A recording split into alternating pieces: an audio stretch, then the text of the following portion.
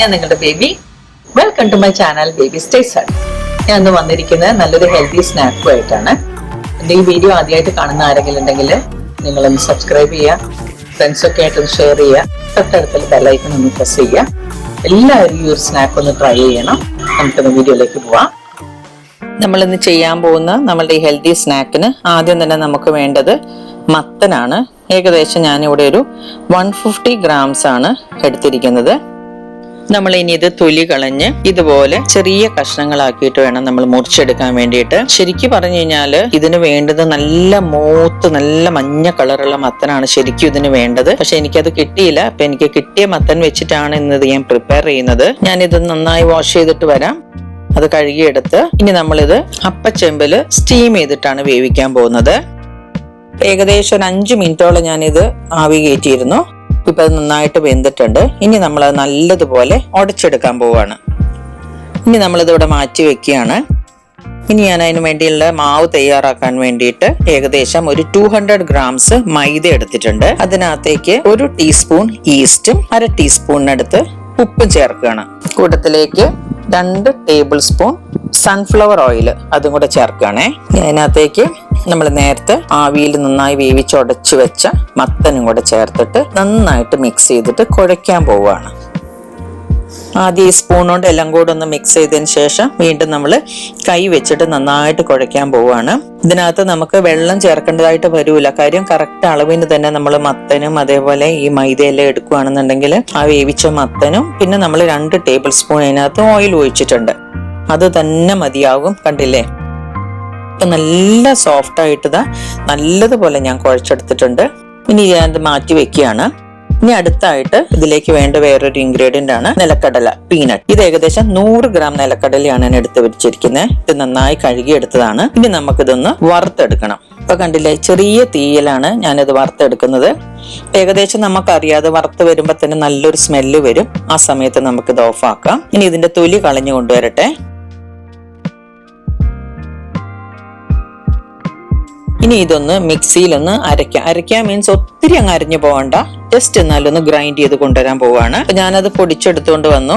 കണ്ടില്ലേ, ഈ ഒരു പരുവത്തില്. ഇത് ഏകദേശം നമ്മളിപ്പോ കട്ട്ലറ്റിനൊക്കെ ബ്രെഡ് ക്രംസ് മുക്കി പൊരിക്കാനായിട്ട് ആക്കുന്ന ഒരു രീതി ഉണ്ടല്ലോ, ആ പരുവത്തിന് വേണം നമുക്കിത് പൊടിച്ചെടുക്കാനായിട്ട്.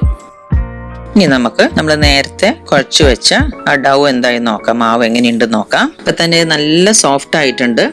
ഇനി ഞാനിത് ഈ കൗണ്ടർ സ്ലാബിന്റെ മുകളിൽ ഇട്ടിട്ട് ഞാനിത് പരത്താൻ പോവാണ്. കണ്ടില്ലേ, നമ്മൾ കുറച്ച് പൊടി തൂകിയിട്ട് ഇത് നല്ലതുപോലെ പരത്തിയെടുക്കാൻ പോവാണ്.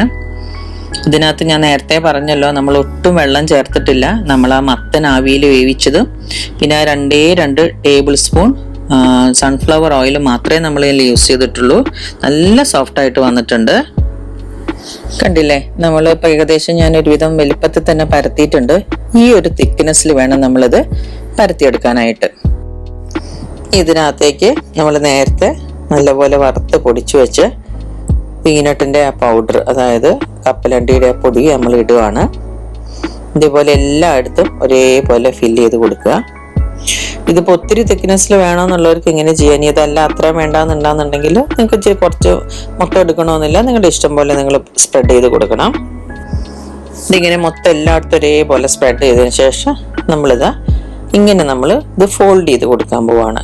ഇതുപോലെ മെല്ലെ നമ്മൾ ചുരുട്ടിയത് ഇതുപോലെ റോൾ ചെയ്യാണ്. വീണ്ടും നമ്മൾ കുറച്ചുകൂടെ പൗഡർ സ്പ്രെഡ് ചെയ്ത് കൊടുത്തതിന് ശേഷം നമ്മൾ ഇനി ഒരേ വലിപ്പത്തിൽ തന്നെ ഇത് മുറിച്ചെടുക്കാൻ പോവാണ്.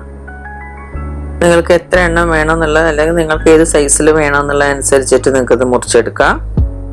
ഇത് കണ്ടില്ലേ, മുറിച്ചെടുത്ത് ഇതേപോലെ ഒരെണ്ണം എടുത്തിട്ട് ഇതുപോലെ ഒരു സൈഡിൽ ഇതേമാതിരി ഇങ്ങനെ ക്ലോസ് ചെയ്ത് കൊടുക്കുക.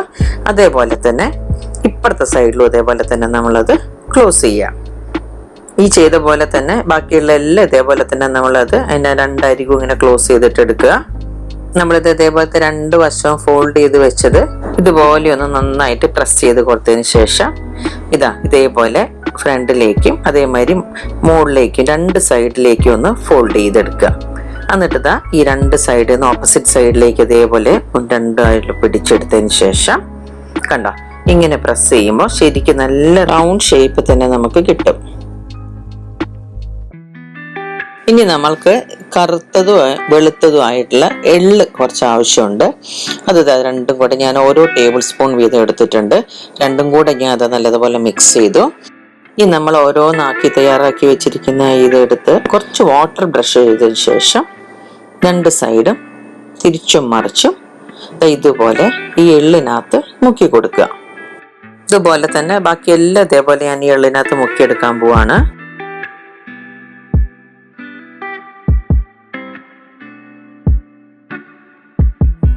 ഇപ്പൊ നമ്മളിതെല്ലാം ഇതേപോലെ നല്ലതുപോലെ എള്ളിനകത്ത് മുക്കി വെച്ചിട്ടുണ്ട്. ഇനി നമ്മളിത് ഏകദേശം 20 മിനിറ്റ് റെസ്റ്റ് ചെയ്യാൻ വെക്കണം. ഇപ്പൊ നമ്മളിത് 20 മിനിറ്റ്സ് കഴിഞ്ഞിട്ട് ഇത് എടുക്കുവാണ്. കണ്ടില്ലേ, ഇപ്പൊ ആദ്യത്തെക്കാൾ നല്ല ഫ്ലഫി ആയിട്ട് വന്നിട്ടുണ്ട്. ഇനി നമ്മളിത് കുറച്ച് ഓയിൽ ഒഴിച്ചിട്ട് പാൻ ഫ്രൈ ചെയ്യാൻ പോവാണ്. ഇപ്പൊ ഇതാ പാന് നന്നായിട്ട് ചൂടായിട്ടുണ്ട്. അതിനകത്തേക്ക് ഏകദേശം ഒരു 2 ടീസ്പൂൺ അത്രയും മതി, ഒത്തിരി ഓയിൽ ഒഴിക്കണ്ട. അതൊഴിച്ച് ഞാൻ അതിനകത്തേക്ക് നമ്മളിത് ഓരോന്നായിട്ട് വെച്ച് കൊടുക്കുകയാണ്. ചെറിയ ലോ ഫ്ലെയിമിൽ വെച്ചാൽ മതി ഇത്. എന്നിട്ട് ഇതെല്ലാം കൂടെ വെച്ചതിന് ശേഷം ഏകദേശം ലോ ഫ്ലെയിമിൽ തന്നെ ഒരു 4 മിനിറ്റ്സ് എങ്കിലും വെക്കുക. ഇപ്പൊ 4 മിനിറ്റ്സ് കഴിഞ്ഞു. നമ്മൾ മറിച്ചിടുകയാണ്. നന്നായിട്ട് നല്ല ഗോൾഡൻ ബ്രൗൺ കളറിൽ ഇത് നല്ല റെഡിയായി ഫ്രൈ ആയിട്ട് വന്നിട്ടുണ്ട്. നമ്മൾ മറിച്ചിട്ട് കൊടുക്കുകയാണ്.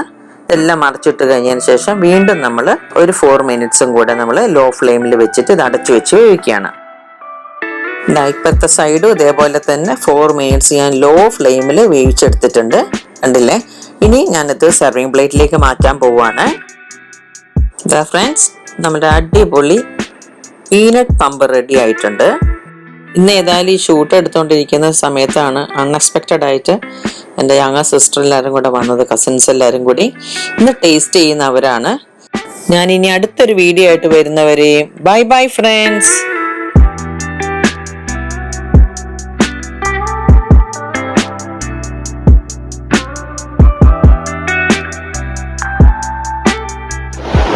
വെറൈറ്റി ടേസ്റ്റ് അടിപൊളിയായിട്ടുണ്ട്.